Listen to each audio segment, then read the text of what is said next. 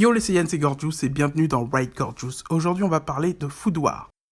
Food War, ou Shokugeki no Soma, est un shonen publié au Weekly Shonen Jump depuis novembre 2012 et adapté en animé depuis septembre 2015 par la Shueisha. Ce manga retrace les aventures de Soma Yukihira, jeune lycéen sous-chef dans le restaurant de quartier familial, le Yukihira, dirigé par son père Joichiro.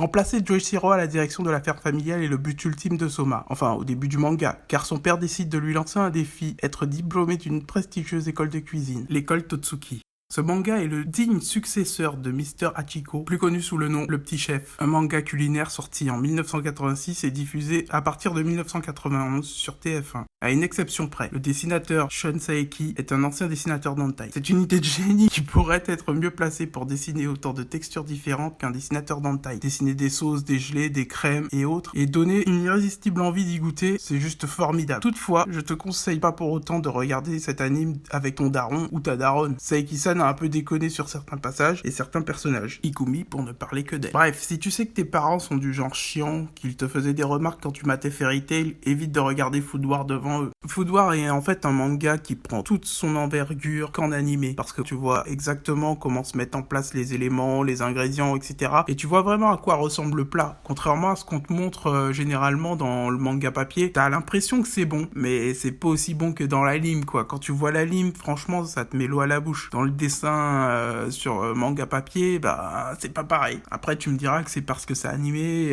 il y a un truc de plus, mais en fait non. Sur les colorations, les saturations de couleurs, la luminosité, tout est fait en fait pour attirer ton regard. Et franchement, c'est là où on voit toute la technique de l'équipe qui est charge de l'animation, du coloriage, etc. Tu sais que je suis quelqu'un de pointilleux sur le coloriage, donc forcément, t'as déjà une idée de ce que je pense par rapport à ça, quoi. Mon avis, il est tout fait sur ce manga. C'est un manga qui vaut le détour. Donc attarde-toi 2 minutes, regarde au moins le premier épisode. À mon avis, tu vas kiffer. Ça va te lancer direct sur le deuxième, le troisième, et t'enchaînes jusqu'à la saison 3, qui s'est terminée il y a pas longtemps, en décembre. En plus, un final de folie sur cette saison. Que demander de plus? Attends juste le prochain numéro, et puis on en parle. T'inquiète pas, la prochaine saison va pas tarder à sortir, donc on va en reparler sur la chaîne. Selon les dernières nouvelles à ma disposition, il semblerait que la saison 4 devrait sortir vers le mois d'avril. J'ai entendu dire qu'il y aurait peut-être certains retards sur certaines séries, donc je ne sais pas si Food War sera visé. En tout cas, attends-toi à avoir une nouvelle playlist apparaître sur la chaîne qui parlera uniquement de Food War. Je pense pas que je vais m'attarder sur le manga papier, parce que c'est une série qui prend vraiment toute son ampleur, comme je l'ai déjà dit, en animé, et je trouve que la meilleure façon de savourer ce manga, c'est de regarder l'animé. Donc on fera quelques reviews dessus. C'était tout pour cette vidéo. J'espère qu'elle t'aura plu. N'hésite pas à laisser des pouces bleus, des commentaires. On en parle si tu veux, y a pas de souci. Moi, je suis plutôt calé sur ce manga, donc ça va. Allez, tchuss!